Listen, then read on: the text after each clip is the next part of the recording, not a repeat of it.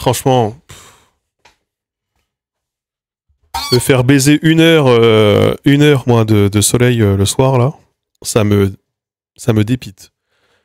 Je suis hier ou avant-hier là, je sors pour me disant bah ça va, jusqu'à 19h30 pour faire 2-3 trucs dehors. Tu parles 18h fait nuit, 18h30. Un enfer.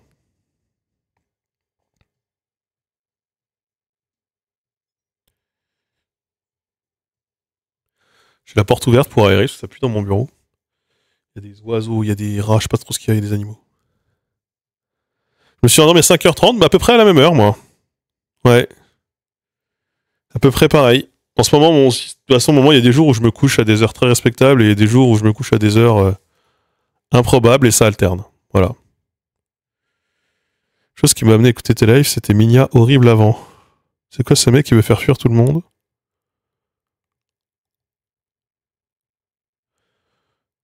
Ambiance. Bah après les Minia des streams, j'y passe pas 2 heures. Hein. Au bout d'un moment, j'ai pas les moyens pour m'y passer 2 heures. Hein.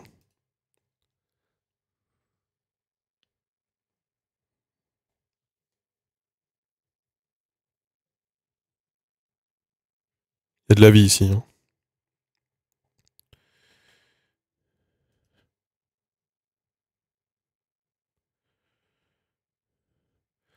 Je suis même en train très sérieusement de considérer d'arrêter de mettre les streams sur la plateforme de VOD, sur Spotify, etc. Il y a personne qui écoute, ça me prend du temps. Ça me prend du temps pour 200 personnes. Je suis désolé, hein, mais bon. Faudrait, mais...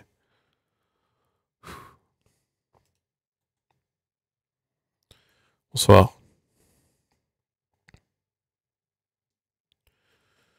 Bah écoutez, ça va. Ça va, je me suis foutu sur l'ordi, je vais voir les news, j'ai vu qu'Israël allait reprendre les bombardements, tout va bien. On s'y attendait, hein, le ministre de la Défense israélienne avait préparé le terrain déjà la semaine dernière, en disant qu'une fois qu'ils auraient récupéré tous les otages, ils pourraient se remettre à bombarder.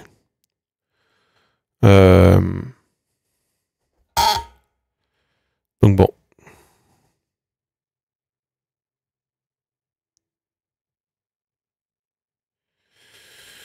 Ils annoncent, Netanyahou accuse le Hamas d'avoir violé la trêve. Voilà.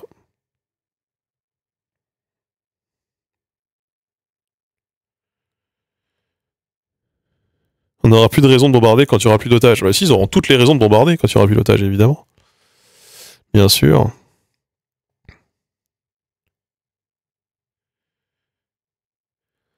Du coup, qu'est-ce qui s'est passé? C'est qu'en gros, qu'est-ce qu'ils ont fait? En gros, Israël. On va en parler 2 secondes quand même. En gros, la Croix-Rouge a reçu un cercueil contenant la dépouille d'un otage, lundi. Mais ils ont fait des analyses ADN et se sont rendus compte que cet otage, c'est bien un otage, hein, qui s'appelle Ophir Tsarfati. Mais une partie de ses restes avait déjà été ramenée de Gaza il y a environ 2 ans par l'armée. Voilà. Je comprends pas trop le bail. Mais a priori, en gros, c'est pas une nouvelle personne. Et a priori, ils en ont peut-être encore un. Je comprends pas, en fait. Je comprends pas trop le bail. Bon, bref, c'est mal écrit en plus, c'est mal rédigé. Je comprends pas trop le tenant et les aboutissants. Globalement, du coup, côté Israël, en gros, ça considère que le Hamas n'a pas respecté les conditions du cessez-le-feu. Voilà. Le Hamas qui dit que toute reprise des bombardements entravera les recherches et les fouilles et la récupération des corps et donc leur remise, évidemment. Et Netanyahou a dit qu'il s'agit d'une violation flagrante des termes de l'accord négocié sous l'égide de l'américain Donald Trump. En termes de conséquences pour le Hamas, rien n'est exclu. Voilà. Et il annonce une reprise des bombardements pour aujourd'hui. Voilà. Mais je comprends pas trop le bail de ce qu'en fait tout ça a l'air de très loin de chercher du prétexte. Voilà. Je sais pas trop. Je sais pas.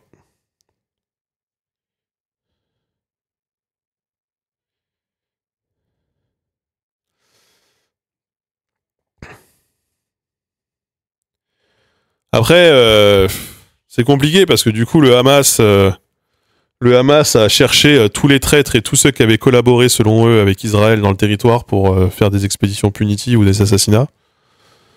Il est à peu près sûr hein, que le Hamas refusera de se faire désarmer. Hein. En même temps, il ne leur reste plus que ça, donc des armes. Donc voilà. Donc le Hamas continue de jouer et ne transfère pas immédiatement toutes les dépouilles, dit en gros Israël. Ça prouve qu'il est encore debout et qu'il est temps de lui briser les jambes une autre fois pour toutes. Voilà. Ça, c'est Ben Gvir, le ministre de la Sécurité intérieure. En gros, bon.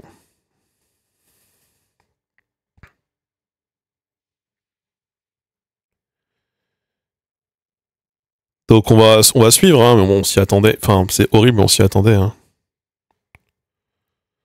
Ah, mais ils trouvent des excuses de merde, de toute façon. Ça, écoutez.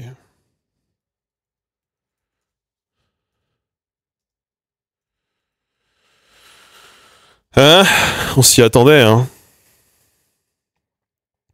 Je vais aller voir sur France Info si j'ai bien compris et si j'ai mal compris, qu'est-ce qui se passe. Euh...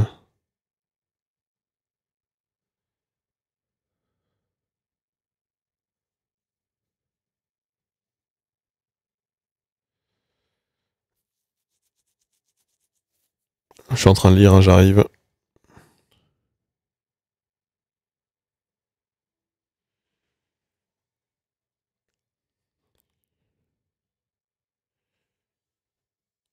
Bon, ouais, non, j'ai pas. Ouais, remise des corps d'otages, source de tension.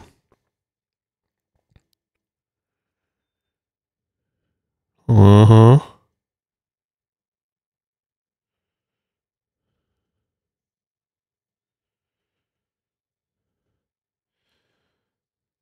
L'État hébreu a affirmé qu'il ne ferait aucun compromis tant que tous les corps d'otages morts, encore retenus à Gaza, ne seraient pas rapatriés. Israël conditionne la réouverture du poste frontière de Rafah pour faire rentrer donc du coup l'aide humanitaire hein, sur le territoire palestinien à la remise de tous les otages décédés. Il y a une partie, ils doivent même plus exister. Enfin genre avec la quantité de bombardements qu'il y a eu, il y en a, ils doivent être mais dans des galeries effondrées en mille morceaux, en confetti quoi. Donc c'est intenable, ils peuvent pas. Je pense que même avec toute la bonne foi du monde, ils ne pourraient pas. Il y a des gens qui ne doivent juste plus exister.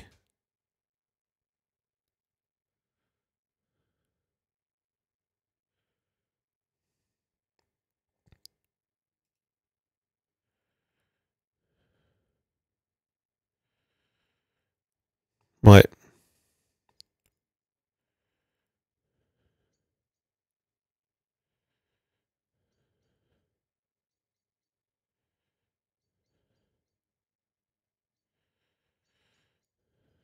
Après, tous les articles se paraphrasent, donc c'est compliqué de comprendre.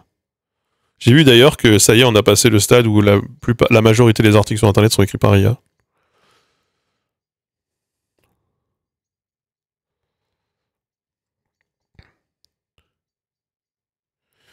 Le Forum des familles, principale association israélienne militant pour le retour des otages, a appelé le gouvernement à agir de manière décisive contre le Hamas pour ces violations de l'accord de trêve. Donc maintenant, c'est les familles des otages qui appellent visiblement à reprendre les bombardements.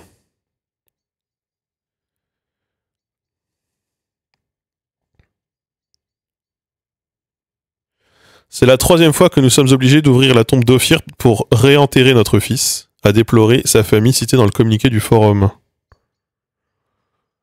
Bah, ils retrouvent des morceaux, ils vous les rendent. Oui, il y a déjà une bonne partie qui n'était que du copier-coller, c'est clair.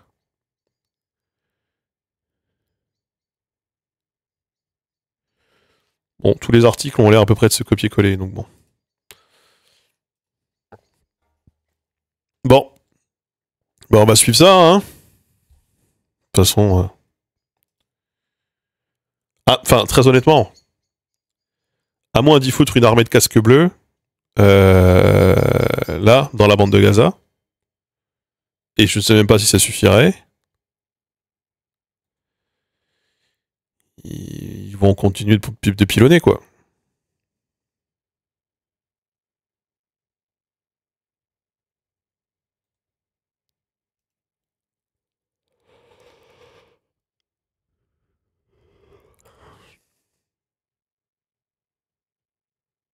Si, si, ils ont tiré sur les casques bleus au Liban. Mais là, s'ils bombardent des casques bleus, ce sera quand même dur, nous, de fermer les yeux, non? Si c'est nos soldats qui se font pilonner par nos armes.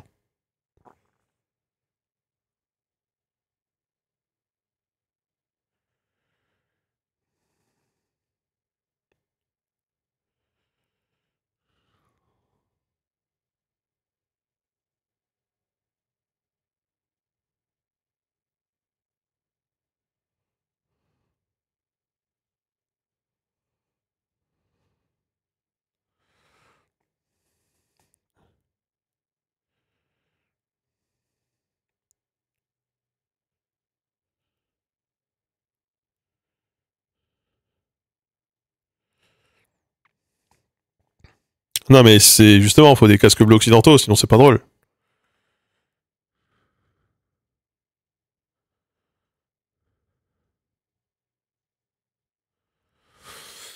De toute façon, on est d'une lâcheté. On est d'une lâcheté en Occident sur ces questions-là. Enfin, je veux dire diplomatiquement. Moi, vous savez, ma position, c'est que on peut se mobiliser. La question de l'opinion publique, en fait, elle pèse zéro. Elle pèse ou quasiment pas, ou si peu. Le boycott, ça pèse rien non plus. Euh, si ce n'est pas institutionnalisé, et si ça ne se fait pas à une échelle étatique, quoi.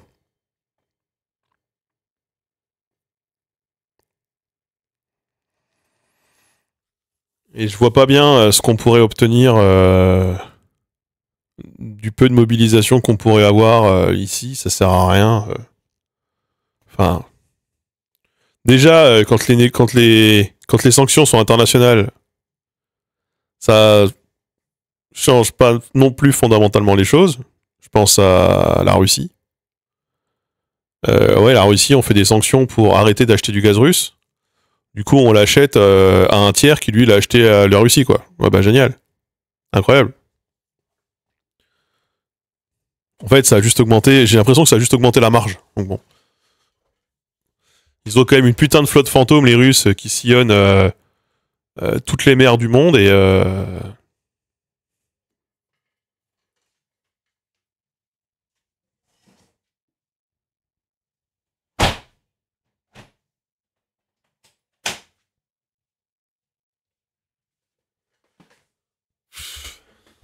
Donc moi, je suis un peu désabusé hein, par rapport à toutes ces choses, par rapport à. Enfin, je sais pas si mon esprit a été matrixé par les jeux de stratégie, mais j'ai l'impression que les réponses, elles ne peuvent être qu'internationales et, je veux dire, politiques. Voilà.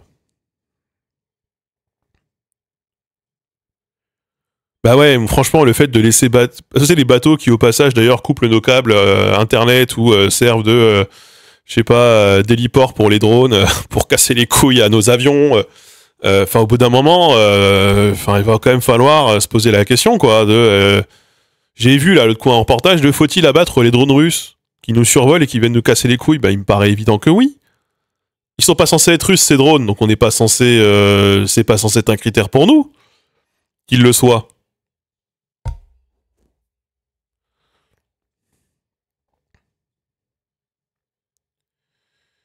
Il y a pas une puissance crédible qui peut aller contre Netanyahou. Israël joue sur tous les tableaux. En fait, la vérité, c'est que Israël, c'est un morceau d'Occident en Orient. C'est notre colonie. C'est un mélange entre, je sais pas, Hong Kong euh, et je sais pas quoi. Enfin, c'est une espèce de colonie qu'on a là-bas, colonie européenne qu'on a là-bas.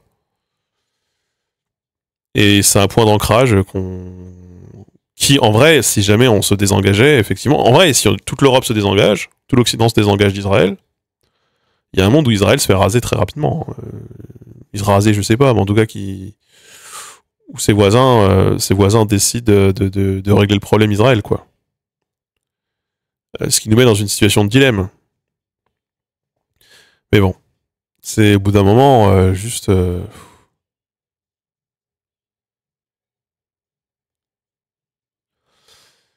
De toute façon, la Russie il teste les limites. Hein.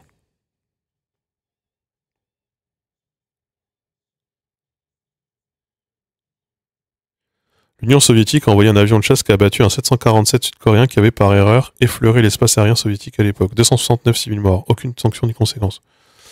Ouais.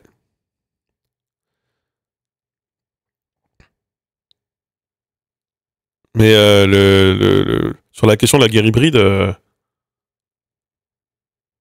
c'est ce sur quoi la Russie ils veulent jouer maintenant. Et c'est a priori d'ici 5 ans. Alors, on nous disait déjà à l'époque, on disait d'ici 5 ans, la Russie va attaquer l'Ukraine. Personne n'y croyait et après ils ont fait un défilé de chars russes qui a roulé sur Kiev et qui visiblement, je sais pas trop ce qu'ils ont foutu, ils sont tombés en panne d'essence, ils ont pas réussi, bon ils se sont retrouvés dans la merde. On pensait que la guerre allait régler en 3 jours, en fait bon on y est encore. Voilà. Donc bon. Et en fait on se retrouve, la Russie se retrouve dans une situation où ils disent à chaque fois qu'on veut augmenter le soutien à l'Ukraine qu'ils vont appuyer sur le bouton rouge, en mode on va tout faire péter. Et ils le font pas. Et eux, ils augmentent l'intensité du conflit petit à petit. Un conflit qui s'enlise, hein, d'ailleurs. Une guerre des tranchées, quoi, vraiment. On sait que c'était fini la guerre des tranchées. Guerre des tranchées avec des drones. Les kilomètres de fibres optiques qu'on va devoir retirer, putain. Et il y a un milieu entre soutenir Israël dans son expansionniste et laisser Israël seul en guerre avec ses voisins. Oui, mais en fait, on n'est pas dans une époque où il y a d'entre-deux, en fait. On est dans une époque où tout est très latéralisé. C'est soit t'es d'un côté, soit t'es de l'autre. Et bref, a priori, c'est lié à des informateurs, hein, des informateurs du Kremlin qui informent l'Occident. A priori, on a des informateurs. Je crois que c'est les Allemands, ils en ont pas mal, ou les Américains aussi, ils ont des informateurs au Kremlin. Et a priori, là, l'idée, c'est de Poutine, c'est de s'attaquer aux Pays-Baltes ou à la Finlande d'ici 2030, avec visiblement quelque chose qui est envisagé de type guerre hybride. C'est-à-dire, ils violent l'espace, voilà, ils envoient un commando, ils vont péter une usine, ils envoient deux, trois trucs, ils vont péter une ville, ils reviennent, ils repartent, ils reviennent, ils font ça en boucle. En mode guérilla, quoi. Mais guérilla institutionnelle, quoi.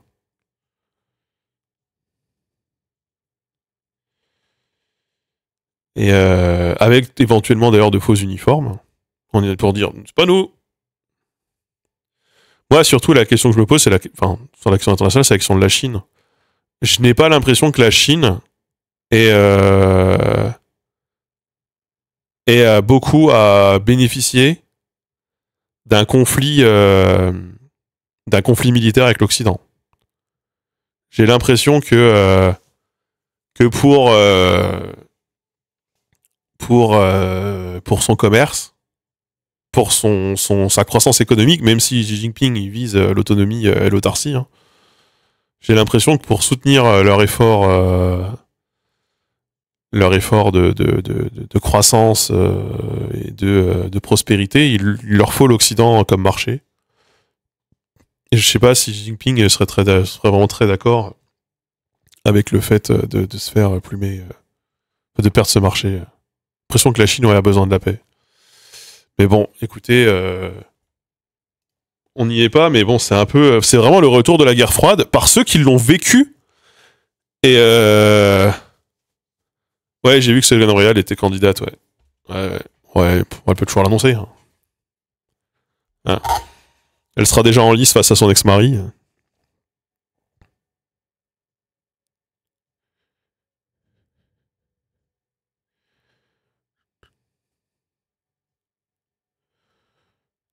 Je sais pas trop. Après, la Russie, je pense qu'ils se font fumer, hein, très honnêtement. Et je vois pas l'Inde non plus faire la guerre à l'Occident. Je sais pas trop pourquoi. Pareil, le Brésil, bon, je vois pas trop pourquoi. Parce que ça fait partie de tous les gens, c'est tous les gens que je cite, c'est des gens qui étaient au défilé hein, chez Poutine. Euh,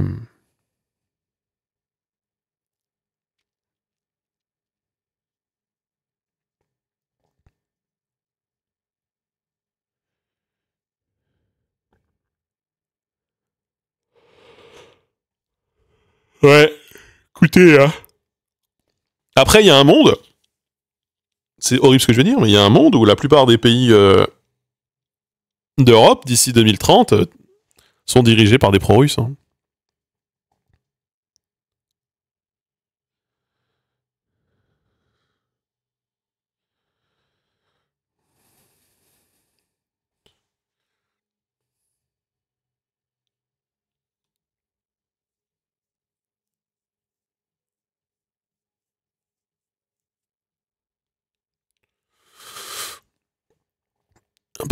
En parlant de Ségolène Royal, je viens de découvrir que sur l'appli Radio France et les éditions politiques dispo depuis 2006. Ah oui.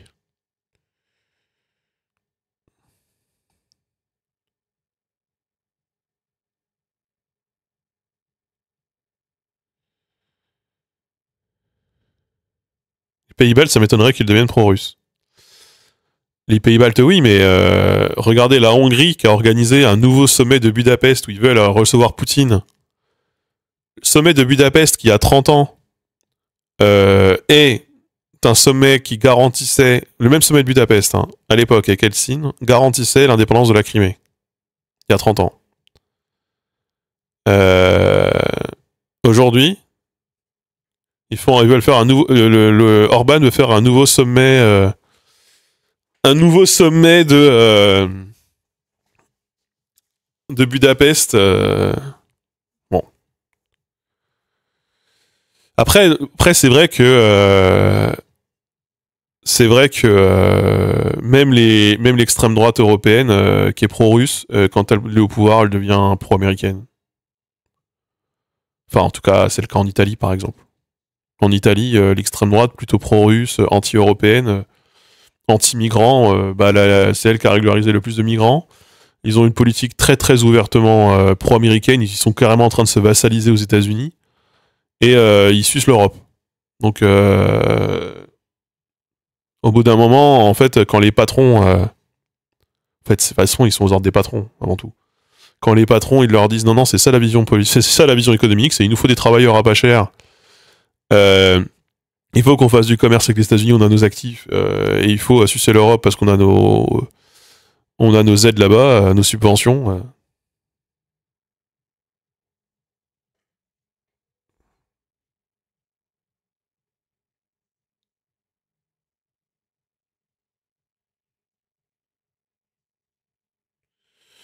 Ouais.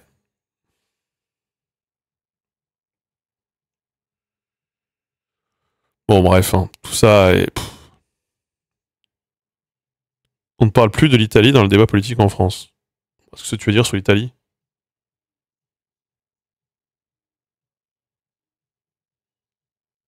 En vrai, il n'y a pas grand-chose à dire sur l'Italie. Hein.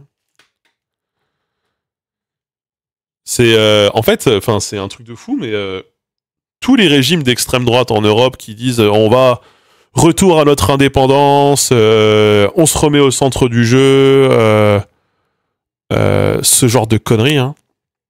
C'est des gens qui sont pressés de se mettre sous tutelle des États-Unis et d'une puissance étrangère, en fait.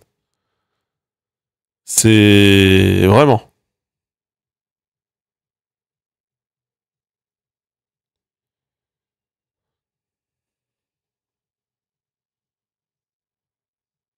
Ça les fait bander de ne plus avoir la main sur rien et que leur culture, finalement, parce que aussi il y a une question culturelle, hein, c'est-à-dire que quand vous supprimez tous les budgets culturels euh, et que du coup vous effondrez vos exportations culturelles et que vous dépendez des importations de produits culturels des pays voisins, et donc du coup des discours qu'ils alimentent, de leur vision du monde, etc., c'est genre vous vous mettez sous tutelle, quoi.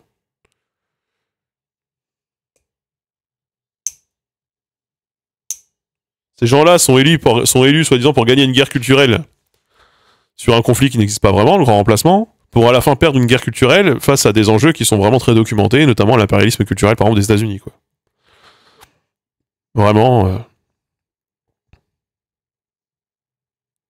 Ça devrait être le push pour montrer le vrai visage de l'extrême droite, mais je trouve que ça manque. Après, les gens, ils s'en battent les couilles du vrai visage de l'extrême droite. Ceux qui votent extrême droite, ils savent même pas pour qui ils votent, pour beaucoup. Hein. Ils votent pour 3 fantasmes et ça leur suffit. Hein. Ils s'en foutent ils s'en foutent de ce qui se passe. Hein. Ils suivent pas. Là, par exemple, le RN ne veut même pas de la taxe Zuckman allégée. Ils vont voter massivement contre. ça on s'y attendait. Ça risque peut-être même de précipiter la chute du gouvernement, MDR. Et les pauvres continueront de voter Marine Le Pen. Ils votent pas que par racisme, mais ils votent aussi mais ils votent aussi par contre par ignorance, ça c'est sûr. Ils savent même pas de quoi. Ils savent même pas de quoi. Ils votent pour. Ils votent pour des gens. Ils votent pour des. Ils votent pour. Ah, Bardella, il parle bien, il présente bien. En fait, c'est juste un mec qui est poli, qui met un costume qui est poli, et qui se filme avec une vache ou en train de boire du pinard ou faire de la muscu. Ils se disent, ah, mais c'est un Français comme nous, c'est incroyable. Oh, puis il est malin, puis il est jeune. En vrai, de toute façon, c'est ce que je dis souvent, hein, les Français, ils votent pour le genre idéal. Ils votent aussi par mimétisme. Alors, bien sûr, ils votent par pression sociale, ils votent par beaucoup de choses.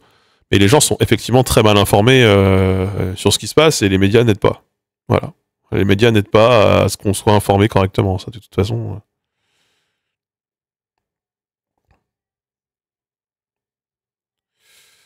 Ouais. Ouais, il y a beaucoup de gens, ils disent, ah, mais de toute façon, ça s'applique pas pour nous, parce qu'en fait, Bardella saura, dans notre amour et dans la foi qu'on a pour lui, qu'on n'est pas dans le problème, que nous, on est plutôt pour ses solutions. Sauf qu'en fait, bah, si pour lui, t'es le problème, hein. C'est un peu comme Trump aux États-Unis. Il y a beaucoup de gens qui se sont retrouvés à être giga emmerdés, à plus pouvoir se soigner, à se faire renvoyer, etc. Ils sont en mode, bah, je comprends pas. Nous, nous, on n'était pas les mauvais migrants, on n'était pas les mauvaises personnes. Oui, enfin, oui.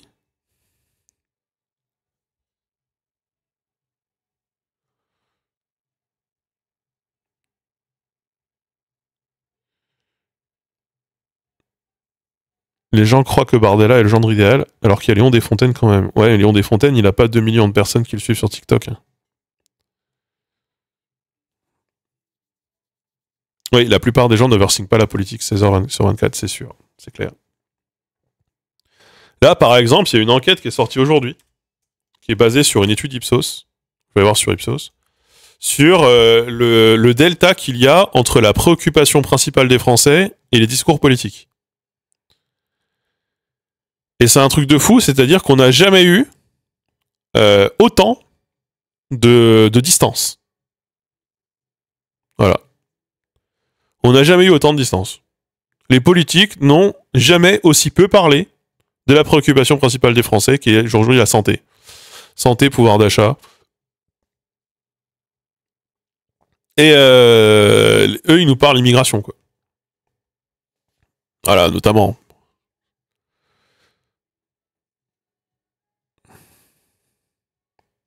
Quand on voit les influenceurs d'extrême droite américains sortir des pseudo mea culpa en mode je pensais pas qu'ils allaient déporter des gentils immigrés, que les criminels, c'est navrant.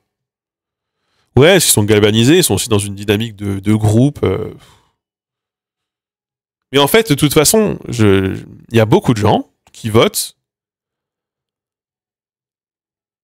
un peu en réaction à... Comment je vais vous le formuler? Globalement, il y a beaucoup de gens qui n'ont pas vraiment confiance en eux. Et qui pensent que le problème, c'est le voisin. Alors que eux, non. Et en fait, qu'ils ont besoin, ils veulent plus de respect, ils veulent plus d'autorité, parce qu'en fait, ils veulent être reconnus, eux, en tant que personnes, parce qu'ils ont l'impression de valoir mieux que la place qu'ils occupent. Et parfois, c'est très vrai. C'est même pas la question.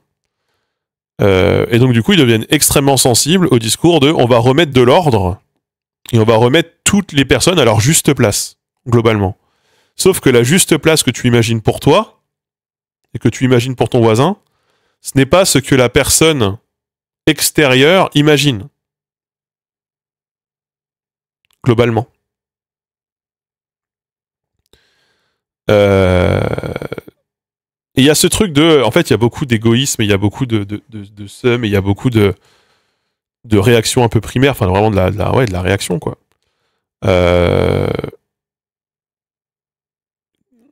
Ce qui fait que quand les gens sont malheureux et qui cherchent à tout prix à avoir des... Enfin... Ouais, quand les gens se regardent en chien de faïence, qui sont un peu malheureux, ils se mettent à se juger les uns les autres, à vouloir se priver les uns les autres, à pouvoir être dans un truc un peu cathartique. Et en vrai, à gauche, on tombe là-dedans aussi. Hein. À gauche, on tombe là-dedans. Enfin, je fais un parallèle, mais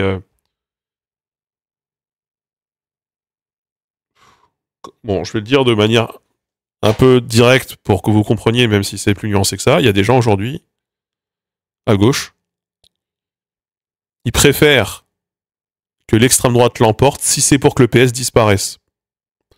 Parce qu'ils sont tellement dans une relation de haine, de vengeance vis-à-vis du PS qu'ils accusent d'être vraiment le moteur de tous les problèmes de France, que ça leur fait perdre l'objectif final de ce qui est censé être notre combat. Parce qu'il y a ce truc un peu cathartique. Voilà. C'est des choses qu'on... Enfin, la purge l'emporte, quoi, sur le combat de fond. Et ouais, on l'a vu l'autre. Mais globalement.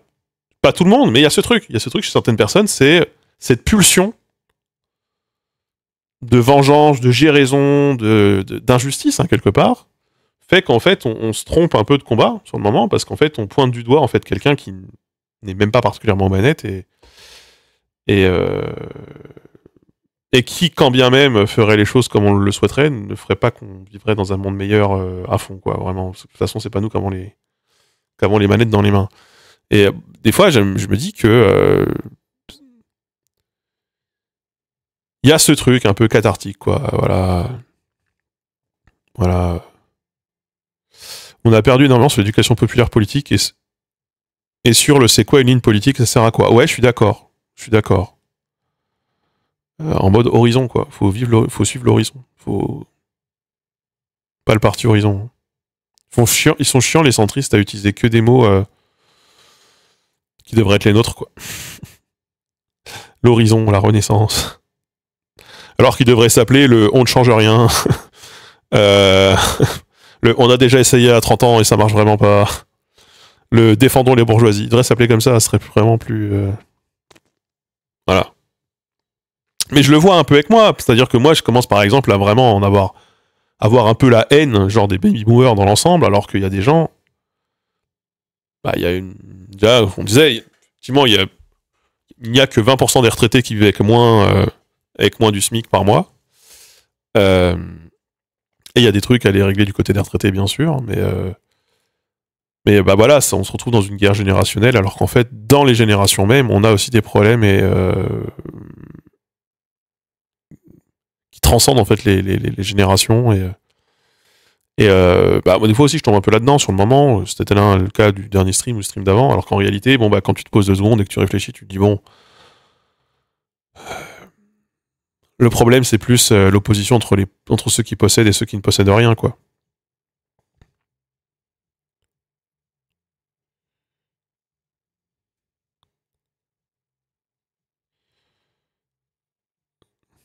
Mais bon.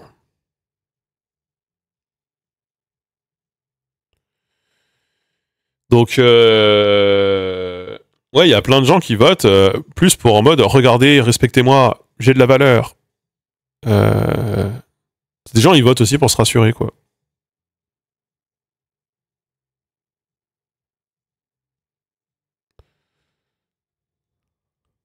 Bah, la vraie échelle d'opposition se fait sur le capital de toute façon. C'est absolument nécessaire.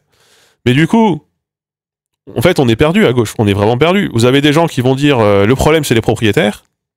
En fait, en oubliant de dire que c'est les propriétaires rentiers, parce qu'en fait, les propriétaires occupants, c'est pas vraiment le problème. En fait. Heureusement qu'il y en a. Sinon, ça voudrait dire qu'on ne vit que dans un pays où 100% des biens sont possédés par des gens qui louent. 100% de rente. Ce qui n'est pas souhaitable.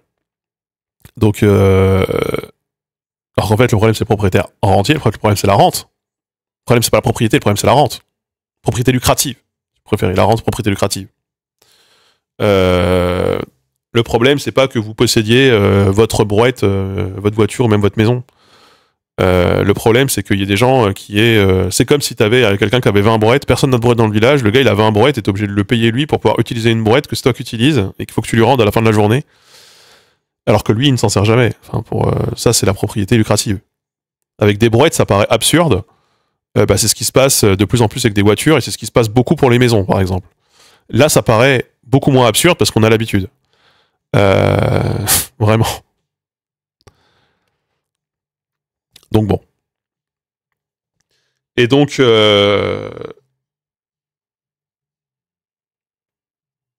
bah voilà, faut reposer les choses, quoi. Faut reposer les choses. Bah, moi, je suis pas pour un. Moi, je suis pour vraiment un. Moi, je suis 100% pour les bailleurs publics, moi, je suis 100% pour la propriété d'usage. Euh... La propriété publique, c'est bien. Moi, j'ai beaucoup été au Crous. Je me suis vraiment fait soulager de beaucoup de thunes sur mes cautions par le Crous parce que, bah, comme ils ont pas de thunes pour rénover, bah, ils tapent sur les cautions pour rénover, quoi. Et ah là là, un impact sur un appartement vraiment insalubre. On va garder 400 euros alors que toi, t'es à 400 euros par mois. T'es en mode bon. C'est un peu. Après, la question, c'est la question du contrôle et de l'autonomie. Voilà. Parce qu'en fait, quand on y réfléchit, les gens qui sont propriétaires fonciers, genre propriétaires comme moi, propriétaire de ma propre maison, on n'est pas vraiment propriétaire. On n'est pas vraiment propriétaire. Enfin, on l'est, mais on ne l'est pas vraiment, parce qu'en fait, il faut quand même payer les impôts fonciers. C'est sous condition de rembourser votre prêt à la banque. Et il y a tout un tas de choses où vous êtes obligé de vous y plier. En fait, ça dépend de la collectivité. Par exemple, la gestion de l'eau, la gestion des comment dire des déchets, etc. Ou dépendez. Moi, par exemple, là, d'ailleurs, faut que je paye, putain. Là, la facture de déchets a été multipliée par 2 ou 3, à peu près, au moins 2, en 4 ans. Pour 2 fois moins de ramassage. Genre, moi, les poubelles jaunes ne passent plus que 2 fois par mois. Les poubelles noires 2 fois par mois. Aujourd'hui, on est rendu à 260 euros pour 2 par an. C'est démentiel. Je payais à peu près, je payais moitié moins il y a 4 ans pour 2 fois plus de ramassage. Donc, on en a déjà parlé ici, il y a même des best-of sur la chaîne, sur la question du ramassage. Bah si, c'est beaucoup quand même. Il y a que 12 ramassages par an. Alors, attention, c'est si jamais je reste dans la limite de poids. Voilà. Et en fait, tu n'as pas le droit de ne pas payer. Tu peux pas ne pas payer. On en avait beaucoup parlé ici, parce que vous savez que moi j'ai un truc sur les déchets. J'ai même fait une vidéo sur les déchets nucléaires. J'ai un truc sur les déchets. On en avait parlé, c'est que du point de vue de l'État, il y a aujourd'hui trop de déchetterie en France. Les Français trient trop. Voilà. Les Français trient beaucoup trop. Voilà. C'est comme ça. C'est comme ça. Et donc, comme on veut pas mettre de pognon dans la gestion des déchets, on est de plus en plus contraignant en se disant, bah, s'il y a moins de déchets qui arrivent, c'est qu'il y a moins de déchets produits, alors qu'en fait non, les déchets ils se retrouvent dans la forêt, ils se retrouvent. On avait regardé un truc sur le dépôt sauvage. Moins il y a de ramassage, plus il y a de dépôt sauvage. Et l'essentiel du dépôt sauvage se fait à proximité de poubelles. Voilà. Comment est-ce que tu peux trop trier? En fait, il y a trop de gens qui vont en déchetterie aujourd'hui. On est dans une logique là où on ferme de plus en plus de déchetteries et on refuse de plus en plus de choses dans les déchetteries. Parce que, pour vous le faire simple, comme on vit dans un monde capitaliste, certains déchets sont très peu valorisables. Et donc, c'est pas rentable, en gros, de les trier. Et de les gérer. Voilà. Globalement. Il y a des déchets qui sont très peu valorisés. C'est comme ça que, moi aussi, c'est comme ça que j'ai de l'amiante. Parce que maintenant, il faut payer pour faire déposer de l'amiante. Pas mal d'endroits, il faut payer pour déposer l'amiante. Du coup, qu'est-ce que font les gens? Ils font un trou dans le jardin, ils enterrent l'amiante. Chez moi, les dépôts sauvages, c'est l'excuse parfaite pour la mairie de mettre des plus de caméras. Alors qu'en réalité, il faut juste mettre plus de points de collecte et plus de ramassage. C'est genre... C'est l'ADME qui le dit, hein. Qui va d'ailleurs se faire raboter une partie de son budget, j'ai vu. Bah, le placo, après, le placo, tu peux le foutre dans le jardin, c'est du plâtre. Hein. Le plâtre, c'est du calcaire. Hein. Tu peux, hein. Mais on se retrouve dans un système où c'est kafkaïen, mais en fait, aujourd'hui, les Français trient trop. Les Français sont Les Français trient trop. Et comme on est dans une logique de culpabilisation du consommateur et de jamais de contrôle ou de contrainte sur les producteurs, en fait, parce que nous, on devrait, si vous écoutez Lordon, il dit on devrait même pas trier. On devrait tout déposer en vrac et en gros, c'est les producteurs qui devraient s'occuper de trier et valoriser, quoi. C'est pas à nous de faire ce travail. On fait ce travail. On se déplace, on emmène en déchetterie, etc., etc. Donc les Français trient trop. Et quand tu tries pas, oui, alors maintenant il y a même des polices des poubelles, il y a des gens qui viennent dans les poubelles et contrôlent dans les poubelles que tu as bien trié. Sinon tu te tapes des amendes. Mais par contre, si tu tries trop, encore une fois, bah, tu te retrouves avec un système où en fait, bah, il faut plus de personnel pour gérer ces déchets. Et l'État est dans une logique de sous-investissement et de désinvestissement dans la gestion des déchets. Voilà.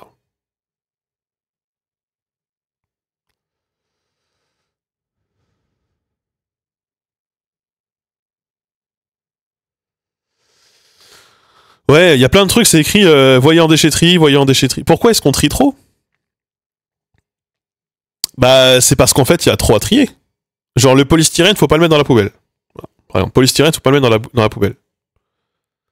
Dans n'importe quel colis que vous allez pouvoir recevoir, qui suscite un objet un peu gros à protéger, que ce soit par exemple un ordi, j'en sais rien, même des fois les claviers électroménagers, que vous avez des gros blocs de polystyrène.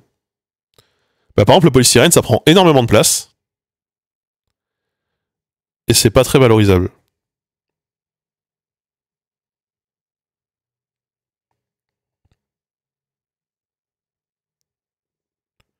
Voilà. On jette trop plutôt, non? Bah en fait, les Français veulent jeter bien. Après, t'es pas responsable du packaging, hein, tu vois. Je me rappelle, il y a 25 ans que j'étais petit père d'un pote qui avait perdu son taf au centre de recyclage local, car avant le tri était fait par des employés et tout est passé tri côté foyer. Ouais.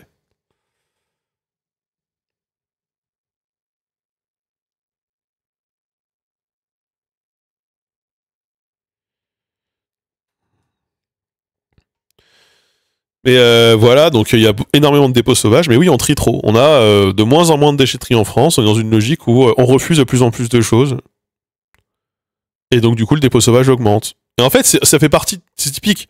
En fait, ça coûterait moins cher d'avoir une filière du recyclage un peu plus solide, mais effectivement pas rentable, que de désinvestir, que les gens fassent du dépôt sauvage et que vous deviez mobiliser. Parce que maintenant, il y a des boîtes privées qui regardent par satellite, machin, où est-ce qu'il y a des dépôts, faire venir les tractopelles et tout, machin, essayer de traquer les gens qui ont déposé. Tout ça coûte beaucoup plus cher que juste favoriser le tri bien.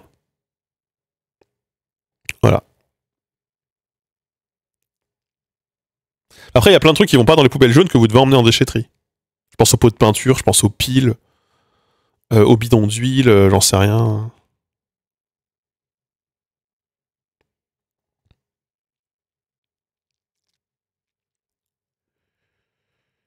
Et je vois pas en quoi le fait que les gens trient, ça tue le business.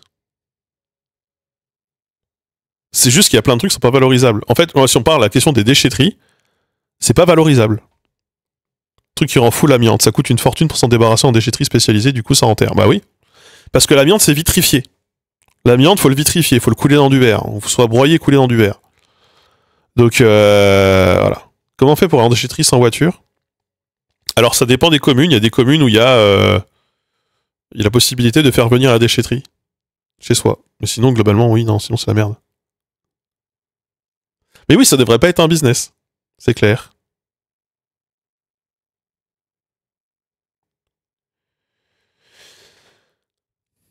Mais donc, la question de la gestion des déchets, par exemple, j'en ai beaucoup parlé ici, j'en continue d'en parler beaucoup. Moi, il y a plein de trucs que j'ai dans mon terrain, je peux juste pas m'en débarrasser, je sais même pas comment.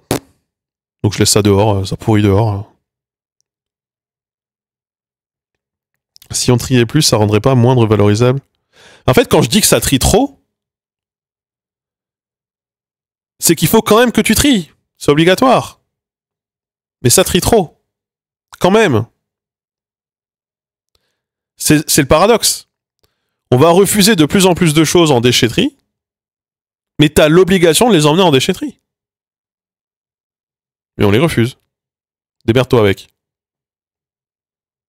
Du coup, t'entreposes chez toi.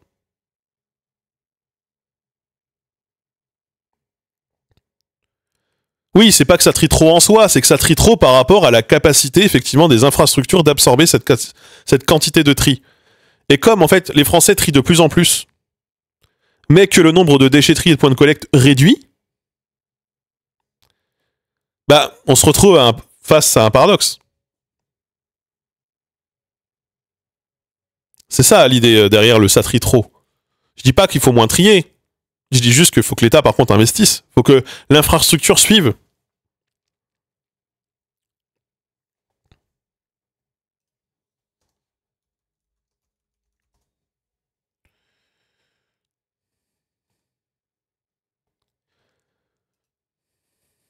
On avait parlé du dépôt sauvage en avril, je crois, ou en mai. On en avait parlé.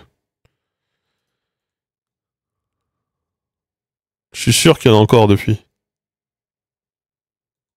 Est-ce que ça a augmenté le dépôt sauvage?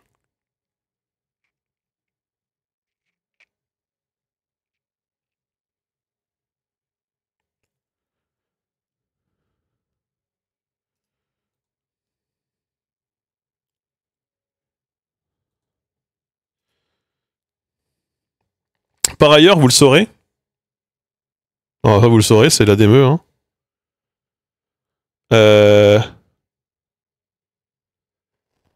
Le dépôt sauvage n'est du fait que de 33% des habitants du territoire. Il n'y a qu'un tiers des habitants d'un territoire où il y a du dépôt sauvage qui sont concernés, enfin qui sont auteurs de ce dépôt sauvage. Le reste, c'est essentiellement les collectivités voisines, les entreprises et les commerçants. Voilà.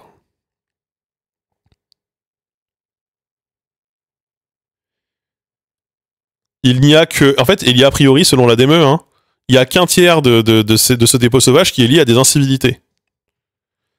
Sinon, c'est le refus de payer le service, parce que le service est trop cher, pas d'accès aux déchetteries. Voilà. Ça, c'est parmi les critères aussi principaux qui sont identifiés. Après, on en a déjà parlé, je ne vais pas vous le remettre, hein, on en a déjà parlé. On a déjà parlé en long, en large, en travers, mais c'est quand même intéressant de le rappeler. C'est pas juste une question de mauvaise volonté des gens. C'est qu'en fait, juste des fois, tu peux juste pas.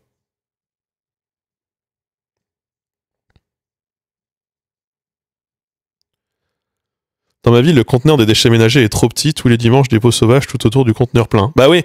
Alors, de mémoire, je crois que d'ailleurs, l'essentiel du dépôt sauvage, l'essentiel du dépôt sauvage se fait à proximité d'un point de collecte. Donc les gens, ils vont pas déposer n'importe où. Ils vont déposer à côté de l'endroit où ils savent que ce sera ramassé.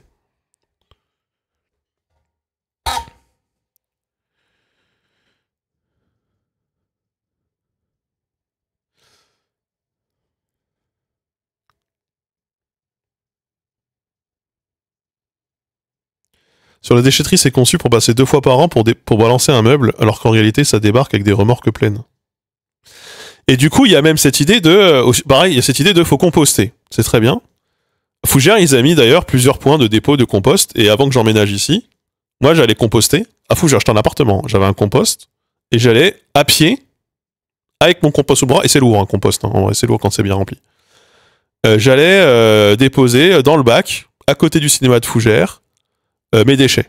Bah, ils ont supprimé les bacs, genre il y a 1 an. Ils les ont retirés. Je sais pas comment ça se passe maintenant à Fougères.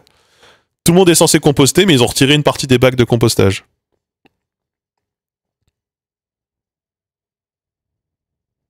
Voilà.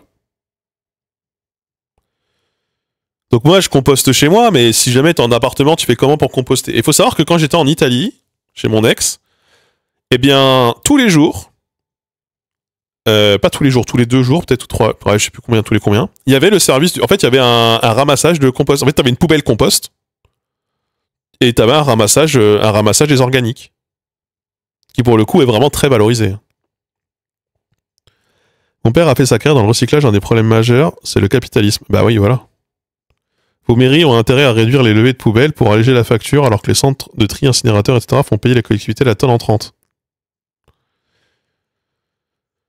Oui.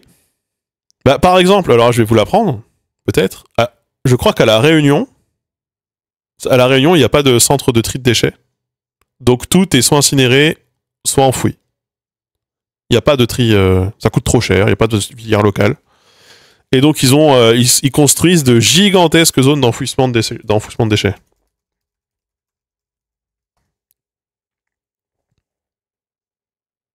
Ah bah dans ta commune ça se fait apparemment. Ouais. Voilà, 50% des déchets ménagers à La Réunion sont enfouis. Voilà. Il y a d'ailleurs eu un article de Ouest France le 2 septembre 2025. La Réunion, une île qui croule sous les déchets.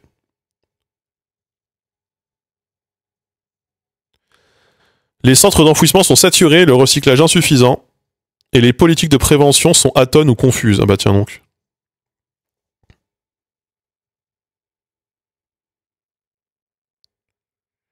Mais j'ai un pote qui bossait là-dedans et qui expliquait que quand il y avait eu le cyclone à Mayotte l'année dernière, là, ils avaient envoyé énormément de bouteilles d'eau. Donc de l'eau conditionnée en bouteilles en plastique, sauf qu'à Mayotte, il n'y a pas de filière pour recycler ces bouteilles. Et du coup, elles se retrouvent dehors. Pour le compost, les déchetteries en ont trop, ça pose des problèmes de stockage plus important risque d'incendie. Alors que le compost, putain, c'est incroyable. C'est incroyable le compost parce que c'est littéralement valorisable quasiment tout de suite, quoi.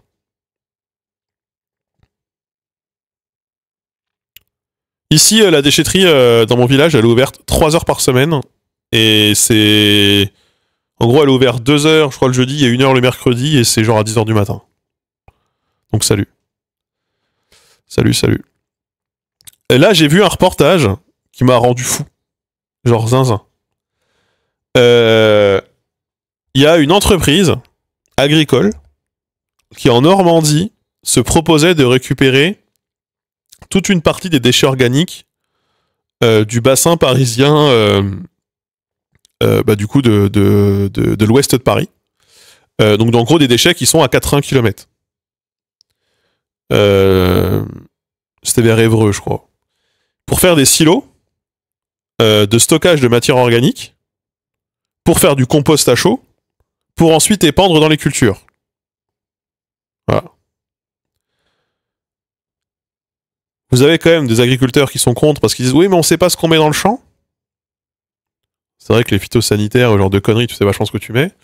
Ou les produits, les fertilisants, là, les petites billes vertes, c'est vrai que bon.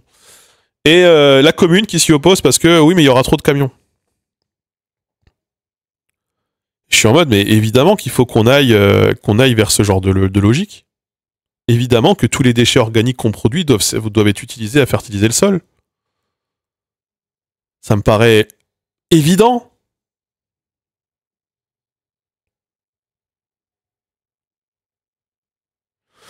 Les personnes à la génération de mes parents, leur passion, c'est tondre et tailler tout et emmener à la déchetterie. Ouais, ils taillent tout. 2 fois par semaine, ils passent la tondeuse et le taille-haie et ils emmènent tout à la déchetterie. Là, pour le coup, bah, tu compostes, hein. Franchement. Tu peux mettre de la viande et du poisson dans le compost? Oui. Tout ce qui est organique, tu peux. Je serais toi, j'éviterais les coquilles d'huîtres, les coquilles de moule, ou alors faut les broyer parce que c'est chiant, sinon après quand tu les épands, tu peux te couper dans le jardin, tu fais du jardin. Mais globalement, tout ce qui est organique, tu peux. Le seul problème, souvent en fait, si on te dit de pas mettre de viande et pas mettre de poisson, c'est pour éviter d'attirer les rats ou les renards. Mais moi je m'en bats les couilles. Je m'en fous, moi je mets tout, moi.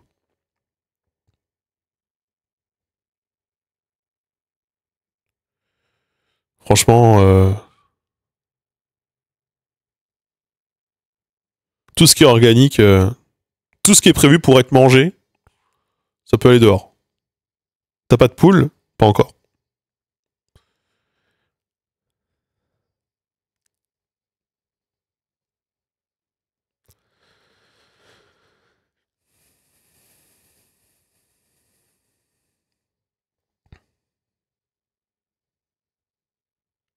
Après, le seul truc que je vous déconseille de composter, mais vous pouvez épandre, cela dit, c'est tout ce qui va être déjection de carnivores ou d'omnivores. Si jamais vous avez des chats, à moins que vous ayez un truc qui peut composter à chaud, il faut pas mettre ça dans les plantes potagères. Par contre, vous pouvez épandre dans les fleurs. Ça, si vous voulez, moi je le fais. Hein. Je fais du compostage de surface de toutes les merdes de chats. Ça fait 1 an qu'on est là. Moi, dès l'instant, je récupère des seaux. Plus nous, ils chient dans la sueur. Donc ça me fait des seaux de sueur avec de la pisse et de la merde de chat et je balance ça dans les massifs, je balance ça dans les fleurs. Voilà. Parce que sinon, il faut composter au moins 1 an et demi. Et si possible, composter à chaud. Voilà.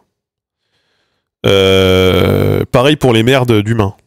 Le pipi, ça va, mais les merdes d'humains, non. En fait, tout ce qui est carnivore, si vous ouais, 1 an et demi si vous compostez à chaud, si vous compostez à froid, faut bien attendre 3 ans, quoi. Et les cendres, oui, vous pouvez une poignée par mètre carré, pas plus. Sinon, après, ça devient... ça fait plus de mal que de bien, mais oui. C'est de la potasse. Les toilettes sèches, il faut 3 toilettes sèches. Il faut 3 composteurs fermés en rotation. C'est vraiment chiant. Même si t'es végétarien. Même si t'es végétarien.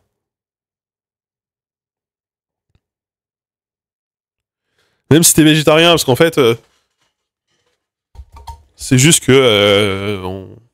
on a plus de parasites, on a plus de machin, on a plus de ceci. Puis végétarien, potentiellement, tu manges quand même du lait.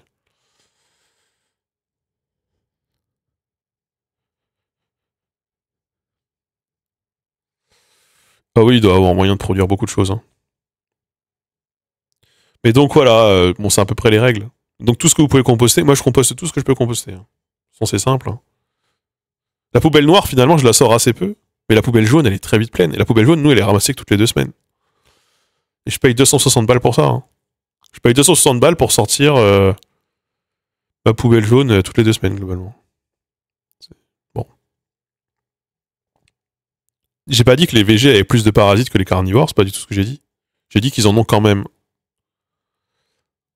En fait, il y a des problèmes de maladies que vous pouvez vous auto-transmettre. En fait, par exemple, vous avez des bactéries dans votre corps, même si vous êtes végétarien, qu'il faut détruire pour éviter qu'elles se retrouvent dans vos légumes et que vous mangiez en gros des légumes contaminés à votre propre merde. Voilà, pour le dire assez simplement. Que vous soyez végétarien ou pas. Genre Escherichia coli, là, par exemple, bah, même si vous êtes végétarien, vous l'avez. C'est des bactéries que vous avez. Alors que la merde de ruminant, ou la merde même de cheval, la merde de ruminant, ça... Bon, si je veux faire un abus de langage, je pourrais dire que ça a quasiment déjà été composté dans la vache, quoi. Il y a déjà eu une fermentation, quoi. Ce qui fait que, par exemple, les merdes de vache, les bousses de vache, il y a assez peu de risques que ça monte en graines. Par exemple, qu'il y ait des graines dedans, et que ces graines donnent des plantes qui vous font chier dans vos massifs. Ou dans ce que vous voulez. Parce qu'en fait, les graines, elles sont détruites. Ce qui n'est pas le cas avec les chevaux, d'ailleurs, au passage. Donc vous pouvez, par exemple, cultiver dans la merde de cheval. Il faut attendre quand même 6 mois. 4 à 6 mois. Mais vous pouvez pas cultiver dans la merde d'humain tout de suite. Sauf si vous êtes vraiment en dèche de fou, hein, comme dans Seul sur Mars, auquel cas voilà, mais bon. C'est aussi pour ça qu'il faut pas mettre des chèvres avec des moutons, parce que les chèvres sont plus sensibles aux parasites. Ouais, et par exemple, les merdes de poules, c'est bien de les faire composter un peu aussi, parce que par exemple, sinon c'est très acide. Ces déjections, elles sont très acides. Donc du coup, vous pouvez détruire un peu votre sol. Donc du coup, c'est mieux de laisser composter un peu. Voilà. Les cheveux, ça va dans le compost, les cheveux. Hein. Tout ce qui est organique. Même le charbon, vous pouvez. J'habite un appart en centre-ville, la seule chose que je suis en mesure de composter, c'est la poussière coincée derrière mon lave-linge. C'est terrible.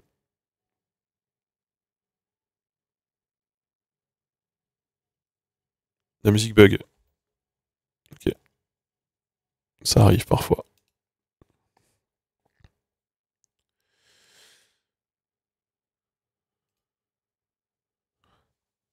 La kératine, c'est chiant, ça se décompose très mal.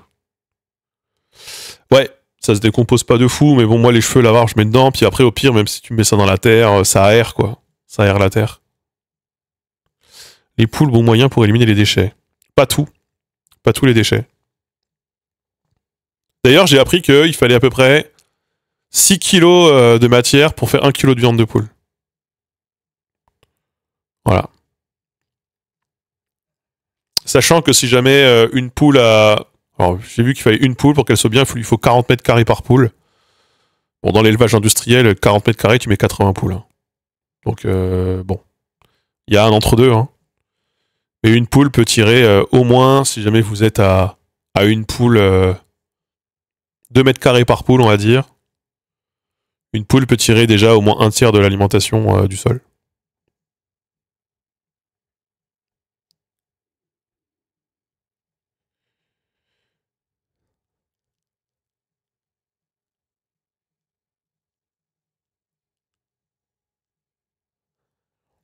Mais tes poules, elles mangent pas les conneries? Elles mangent pas les trucs qu'elles sont pas censées manger? Dans ton compost? Elles arrivent à trier?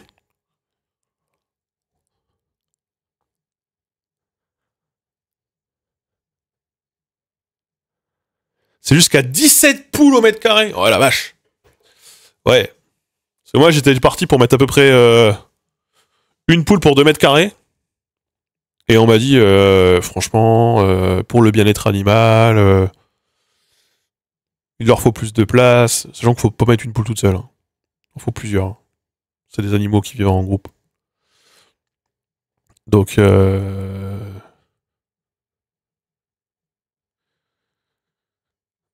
parle du terrain. Non, je parle du terrain. Là. Je parle de la surface, la surface du terrain. Moi, là, je vais avoir un poulailler qui va faire entre 15 et 20 mètres carrés. Dans 15 et 20 mètres carrés, je mets 8-9 poules. Hein. Franchement, c'est facilement. Hein. Et on m'a dit, franchement, tu vas quand même pas faire ça, le bien-être animal. Bah, c'est des poules qui vivaient déjà à 8 ou 10 dans 1 mètre carré. Je pense qu'elles s'en sortiront. Moi, je peux pas les mettre en liberté. Hein. Je peux pas mettre les poules en liberté. Tu devras les nourrir beaucoup. Ouais, c'est le problème. Après, c'est parce que moi, je veux faire de la viande. J'aurais pas des poules j'aurais jamais 8-10 poules adultes en même temps. Il y a des moments où il va y avoir des poussins. Je vais avoir des poules et des coquelets. Ah, des poulettes et des coquelets. Et je pense que je les abats à 3 mois, quoi. Je les tue à 3 mois. Je les garde pas. Je les garde pas toutes, quoi. Ce sera quelle race de poule? A priori, ce sera du poulet de Janzé ou du coucou de Rennes. C'est les races locales.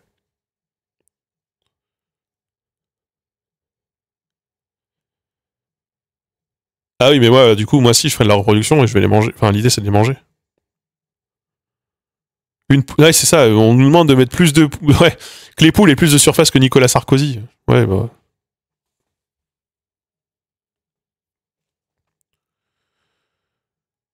Ah, l'idée, c'est de faire de la viande. C'est pour ça que je vais mettre des canards aussi, je pense.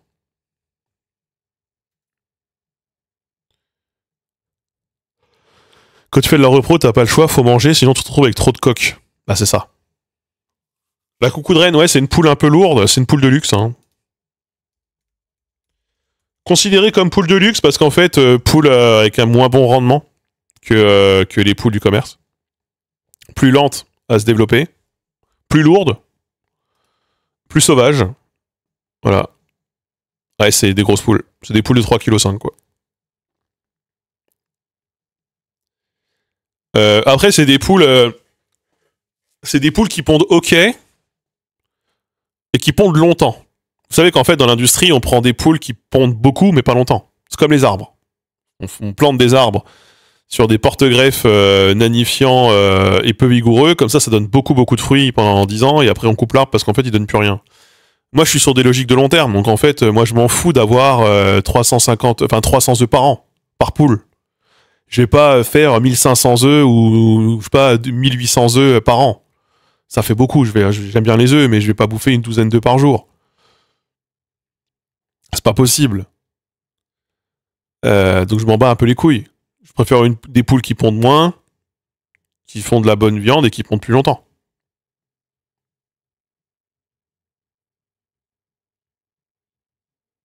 J'achète des mitrailleuses durables, exactement. Alors, tu les achètes pas les poules. Hein.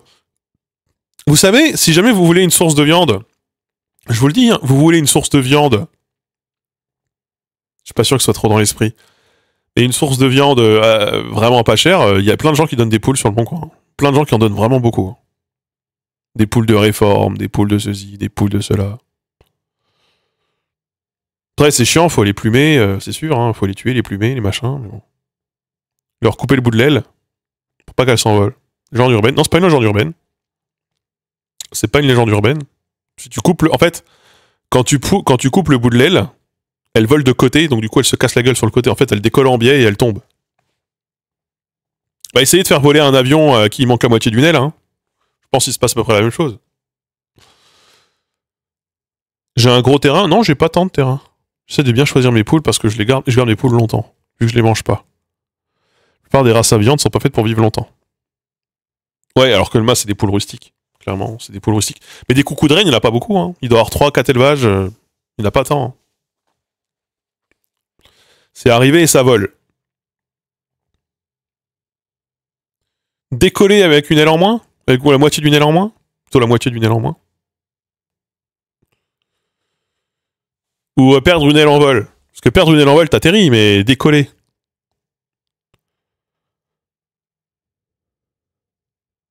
Ou alors faut compenser. Genre tu pousses plus d'un côté que de l'autre. Est-ce qu'on parle de décollage? Est-ce qu'on empêche. En fait, les poules, si on coupe un bout de l'aile, c'est pour les empêcher de décoller. Essentiellement.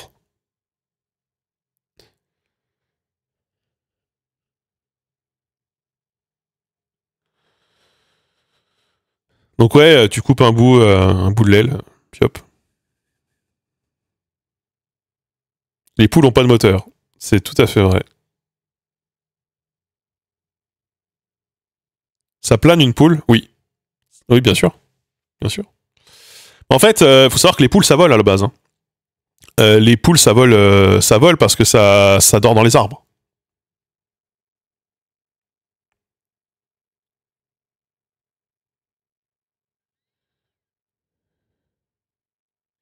Mon père a acheté une dinde pour son poulailler, une race industrielle. Elle a grandi aussi tellement vite qu'elle pouvait presque plus marcher. C'est impressionnant.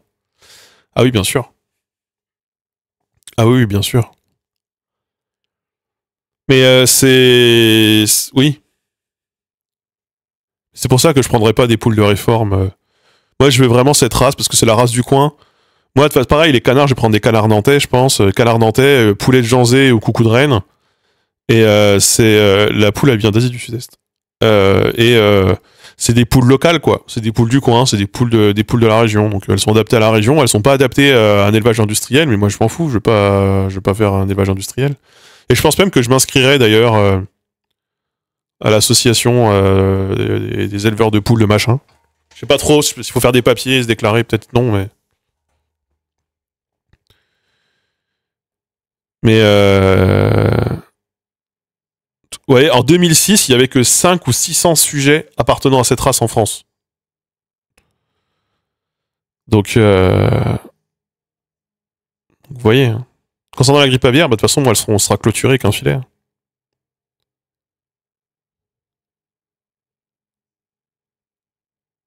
Ouais, il y a un écomusée à Rennes, ouais. T'es obligé de les déclarer pour la grippe aviaire. Mais de toute façon, elles seront pas en contact avec les autres volatiles. Non, après, moi, je vais avoir un grillage enterré. Hein. Les poules chaudes de ma région. Et le poulet de Janzé, sinon, il est pas mal.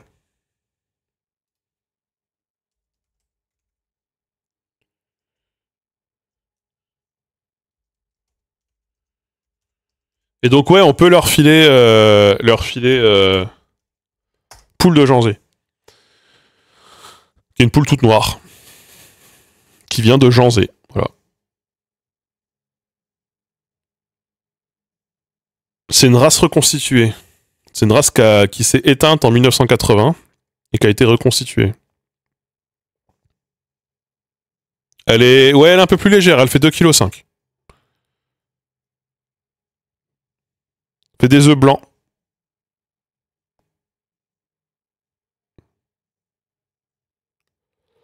Il y a beaucoup, beaucoup de races de poules.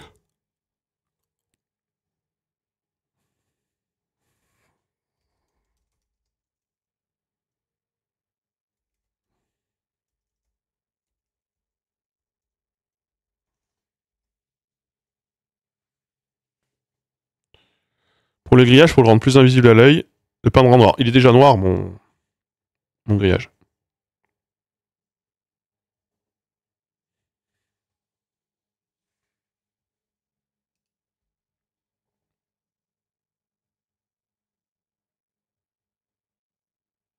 Ah ouais, les poules... ouais, ça fait des poules de 4,5 kg les Brahma. Ah oui, j'avoue.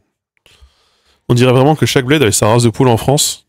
Plus de poules que de dialectes. Bah oui, puis où c'est... Et ces types d'arbres, ces pommes... Par exemple, pareil, les pommes que... Les pommiers que j'ai plantés, c'est des races locales de pommes. Alors oui, c'est sûr que moi, je vais pas avoir de pommes avant peut-être mes 40 ans. Mais dès l'instant que j'aurai 40 ans, je pourrais faire du cidre, quoi. Je pourrais faire mon cidre. Et puis ça, quand ça va se mettre à donner, ça donnera bien, quoi. Ça va donner beaucoup d'un coup. Mais au moins, c'est adapté, quoi. C'est des pommiers qui sont adaptés à la région et au climat. C'est les avantages certains, quoi. Pareil pour les poules, elles seront adaptées au climat. Moi, je réfléchis vraiment comme ça, hein. C'est vachement moins me prendre la tête de prendre des choses qui sont adaptées au climat.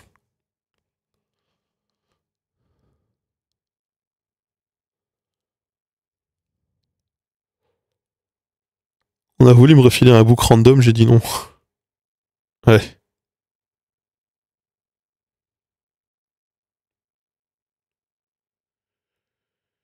Mais après, les poules, s'il fait un peu plus chaud, c'est pas très grave.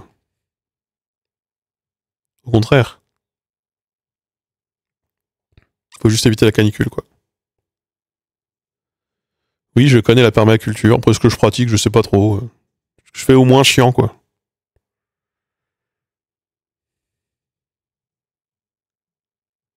Un bouc dans l'appart, c'est non.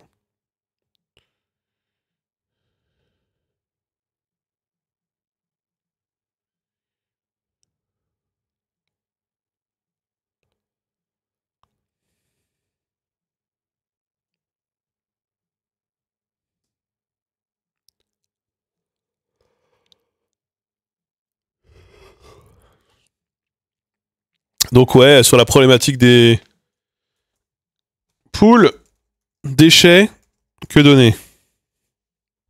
Ah, les lapins, c'est trop un problème. Alors, quel déchet de cuisine peut-on donner à ces poules? Parce que tout ne peut pas être donné aux poules, hein.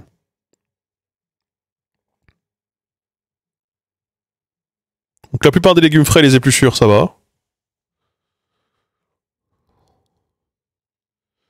Genre choux, salade, haricots, blablabla.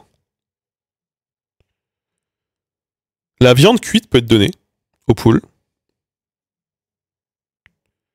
Les poissons, les fruits de mer aussi. Les coquilles et les carapaces peuvent aussi être données si elles sont réduites en petits morceaux. Alors qu'est-ce qu'il faut pas donner? Les aliments salés, les produits laitiers. Les produits laitiers, voilà. Tout ce qui est plat industriel, parce que c'est trop salé. Le gras, la viande crue, les pommes de terre et leurs épluchures, les oignons, tout ce qui est les aliacés, tu peux pas. Donc poireaux, ciboulettes, j'en sais rien, échalotes, ail. L'avocat, le céleri, les haricots secs, rhubarbe, les agrumes, les pépins, à cause du cyanure. Banane, kiwi, les trognons de chou, le chocolat, les gâteaux, les biscuits, les bonbons, le café, les os. Voilà. Chez nous, elles trient pas. Peut-être que globalement, faut les laisser trier, hein.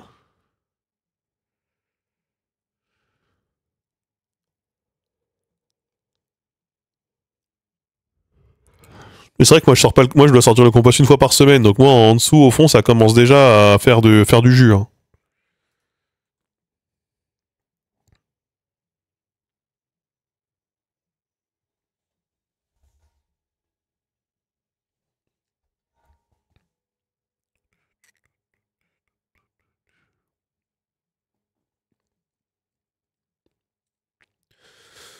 Donc bon. C'est là qu'on se rend compte qu'on a des entrailles solides pour être en mesure de bouffer presque n'importe quoi. Après, il y a plein de trucs que les oiseaux peuvent bouffer que nous non, hein. Il y a plein de fruits, genre à la con, que nous on peut pas bouffer. C'est toxique pour nous. Genre plein de baies sont toxiques pour nous. Et que les oiseaux, ils surkiffent. Hein.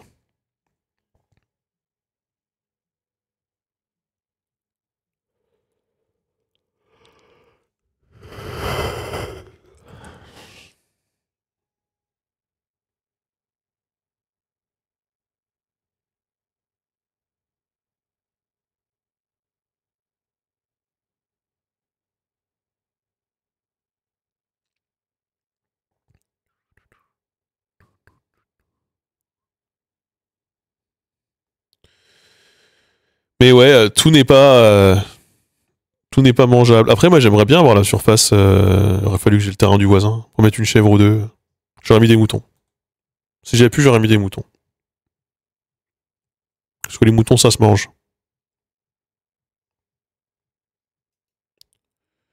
Ouais, les chèvres aussi, hein. Je l'ai dit. Hein.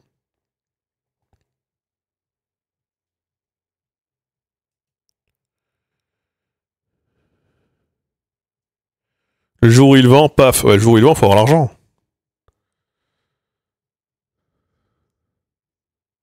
Et les moutons, tu peux faire du fromage. Tu dois tuer ton mouton? Non. Je connais des amis qui ont l'habitude. Mais l'idée serait de faire du fromage. J'ai déjà des potes là qui vont s'installer juste à côté de chez moi, ils vont mettre des moutons, ils vont faire du fromage. Ça va être incroyable. Je pourrais leur taper 2-3 litres de lait par semaine. Je ferais du fromage, je pense. Ah non, moi je suis pas millionnaire. Hein. Putain. Je suis déjà même pas millaire. Sans parler de millions. J'ai même pas 1000 € sur mon compte. Je suis même pas millaire tout court, moi. L'idée, c'est d'utiliser la production des animaux, pas de débuter. Alors, pardon, mais je vais vous apprendre quelque chose qui est assez incroyable, hein, mais qu'on est obligé de rappeler. Et du coup, désolé de vous rappeler ça. Si vous faites du lait, vous êtes obligé de tuer des animaux. Ça va avec. Pourquoi ça va avec? Parce que pour faire du lait, il faut des enfants. Pour faire des enfants, il faut les faire se reproduire. Et globalement, quand vous faites reproduire n'importe quel animal, quand c'est pour produire du lait, les mâles ne servent à rien. Voilà. Dans la nature, les mâles, ils se font défoncer. Hein. Les mâles, ils meurent seuls, ils meurent jeunes. Les coqs, par exemple, les coqs dans la nature, le coq est un animal qui... Pour ça, d'ailleurs, qu'on fait des combats de coqs. Hein, c'est un animal qui, au moindre pet de travers, décide d'aller se foutre sur la gueule pour protéger les poules. Et donc, il faut quoi. Il n'y a pas... Il n'y a pas... Il n'y a pas à chier. Hein. Si vous faites du lait, vous faites de la viande. Vous pouvez pas ne pas faire ça. Globalement. Hein.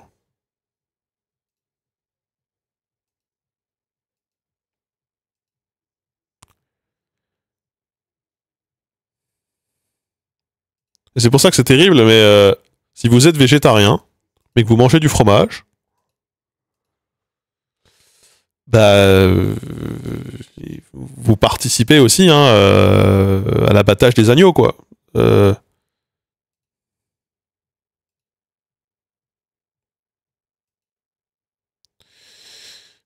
Les agneaux et les veaux sont considérés comme des sous-produits du lait. Voilà. Les chevreaux aussi, mais les chevreaux, on n'a pas trop de marché en France. C'est un problème. Du coup, on les vend pour être engraissés en Italie, pour beaucoup. Alors que ce serait quand même mieux d'avoir une filière locale. Ce serait quand même mieux. Il faut de la présure. T'es obligé d'avoir de la présure pour faire du fromage. C'est mieux.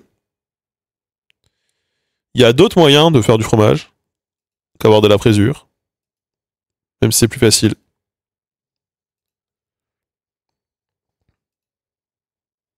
Tu peux faire aussi avec du levain, un truc comme ça. Tu peux faire du kéfir, tu peux faire des espèces de fromage liquide.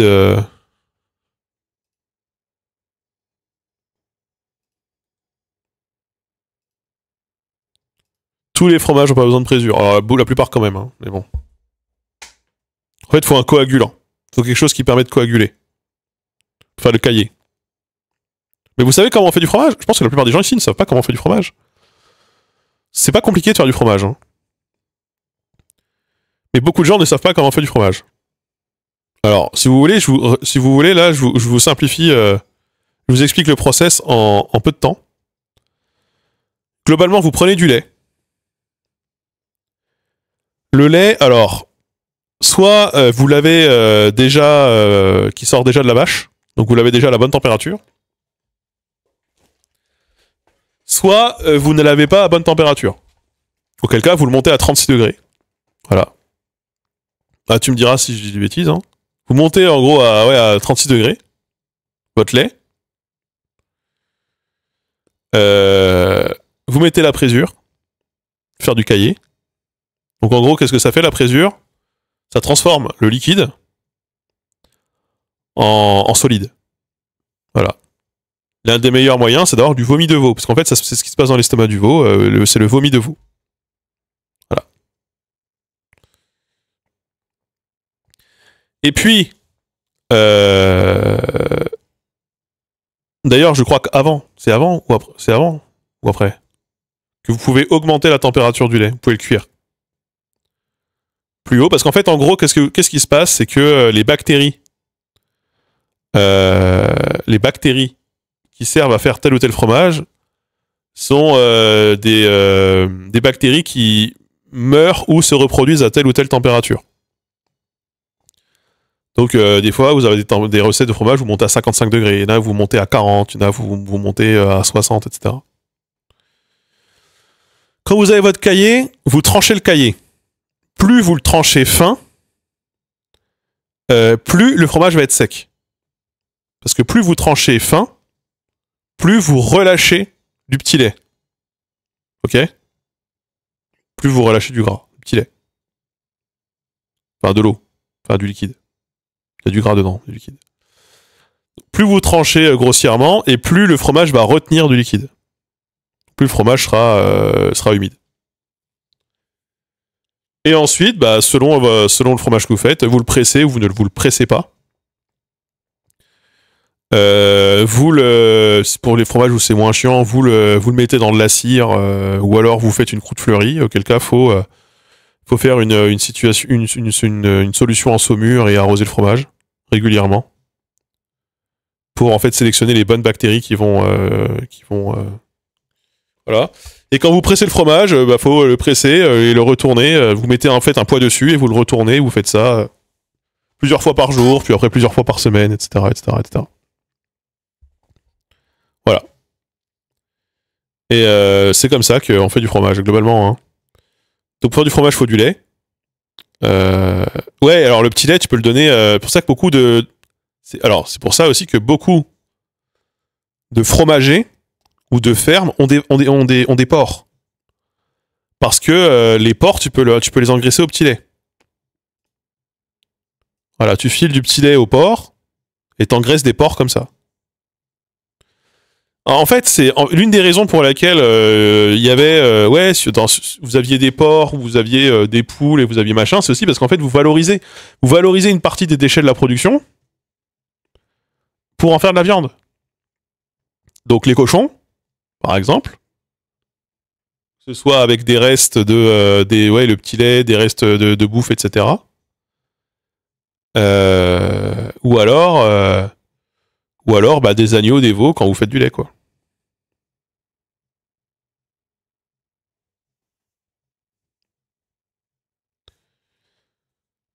Là, ça vient pas de nulle part. En fait, à l'époque, sur les fermes, tout est optimisé, quoi. Tout est optimisé. Les chèvres, par exemple, c'est extrêmement pratique parce que ça déronce. Donc les chèvres en montagne, c'est ou dans les zones escarpées, ou dans les zones où où il y a beaucoup de ronces qui poussent, beaucoup de zones épineuses, etc., des plantes de brousse, vous avez des chèvres. Pourquoi? Parce que bah, les chèvres, en fait, c'est très adapté à ce type de géographie.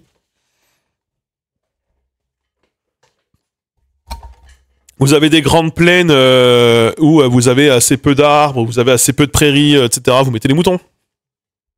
Enfin, vous avez, c'est un peu escarpé. Enfin, genre les paysages d'Irlande, par exemple, ou d'Écosse, bah, les moutons, quoi.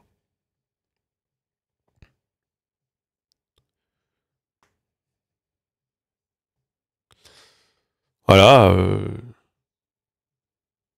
Si vous avez des très grandes prairies, bocagères, vous mettez des vaches. Voilà. Et en fait, tout est un peu pensé. À l'époque, sur les fermes, on faisait beaucoup de choses différentes parce qu'en fait, tout avait une fonction. Aujourd'hui, les fermes sont extrêmement spécialisées. Aujourd'hui, tout est extrêmement spécialisé. Donc, on va avoir les gens qui font que du céréal, les gens qui font que ceci, que cela. Mais en fait, quand vous regardez à quoi ressemblaient les pratiques agricoles du Moyen-Âge, donc genre la pratique triennale avec la jachère, en fait, vous avez tout le temps 3 champs, vous faites pâturer le troupeau dans un champ. Vous avez toujours 2 champs qui sont en pâture, un champ qui est en jachère, et vous faites tourner. Voilà. Ça engraisse. Bah, les cochons, ils s'engraissent les cochons, le petit lait. Il me semble, hein.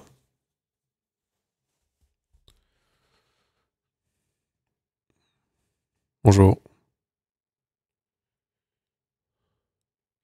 Voilà, on essaye de tout, tu utilises tout, quoi. Quand t'as une logique de ferme, tu utilises tout. Et c'est pareil, les gens qui avaient des chênaies, bah, ils avaient des sangliers, ou ils avaient des cochons, parce qu'en fait, tu peux faire du bois comme ça, voilà, tu peux faire de la sylviculture, et en même temps, bah, les glands, nous, on mange pas les glands, ou alors dans les périodes de disette, on peut faire de la farine avec. Et on peut faire de la farine de gland, mais bon, c'est pas fou, hein. Par contre, les cochons, ils bouffent ça, et les cochons, ils adorent ça, donc du coup, bah, t'élèves les cochons en forêt, quoi. Dans les zones de sylviculture, donc tu peux valoriser les cochons.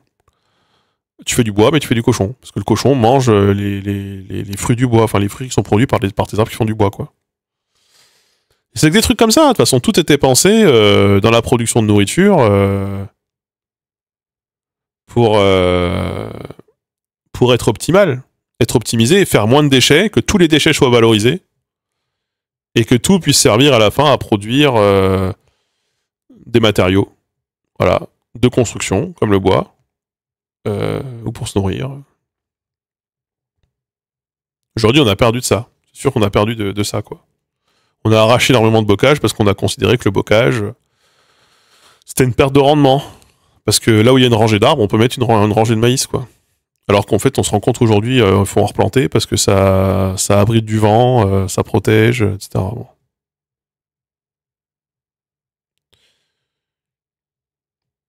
Donc en fait, moi, toutes les logiques dans lesquelles je m'inscris, c'est juste qu'en fait, c'est pas des logiques qui vont très loin, c'est des logiques qui, en fait, sont des logiques ancestrales, hein, quelque part. C'est comme ça qu'on faisait avant, c'était comme ça que c'était le plus facile à faire.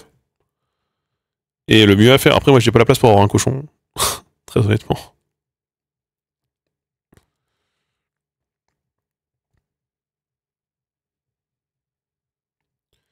Ouais, on a enlevé les haies pour agrandir les parcelles, les regrouper, faire des gros champs de monoculture. On peut faire passer des machines de 8 mètres de large.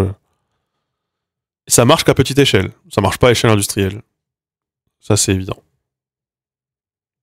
C'est le problème.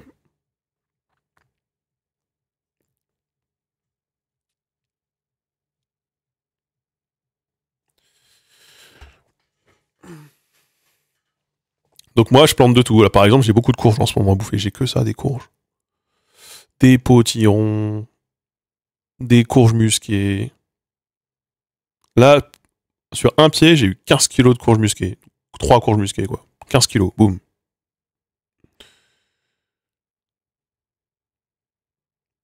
J'ai 3 pieds de courgettes. Je crois que j'ai fait pareil 15-20 kilos de courgettes avec 3 pieds de courgettes.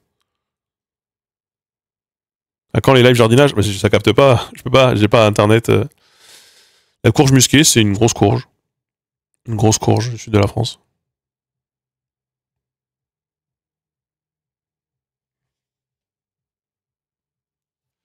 Qu'est-ce que j'ai mangé à midi? J'ai mangé à midi, moi?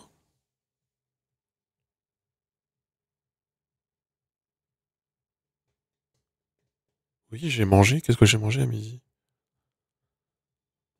Ouais, ça demande beaucoup de main-d'œuvre. Oui, ça demande du temps. Beaucoup de temps. Puis tu peux pas. Tu fais pas l'économie d'échelle, quoi. Tu fais pas l'économie d'échelle, mais tu produis pas de déchets. Très peu de déchets. Alors qu'en fait, c'est sûr que nous, on considère que le déchet n'est pas un coût. Le déchet a un coût marginal. Euh, Parce qu'on vit dans une économie où, en fait, polluer, je veux le dire un peu comme ça, mais polluer, ça coûte zéro. Ça coûte rien. Ah, mais il y a une chaîne, j'ai une chaîne YouTube hein, où je parle de jardinage, je parle de parle de tout ça. J'ai la chaîne Best of Monte Linguisticae.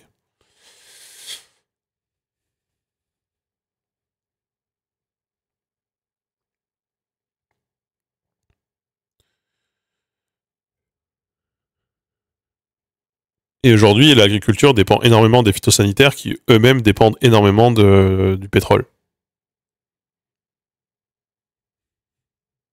Qu'est-ce que j'ai bouffé à midi? Ah, j'ai mangé le thon de... Oui, j'ai mangé du thon maïs.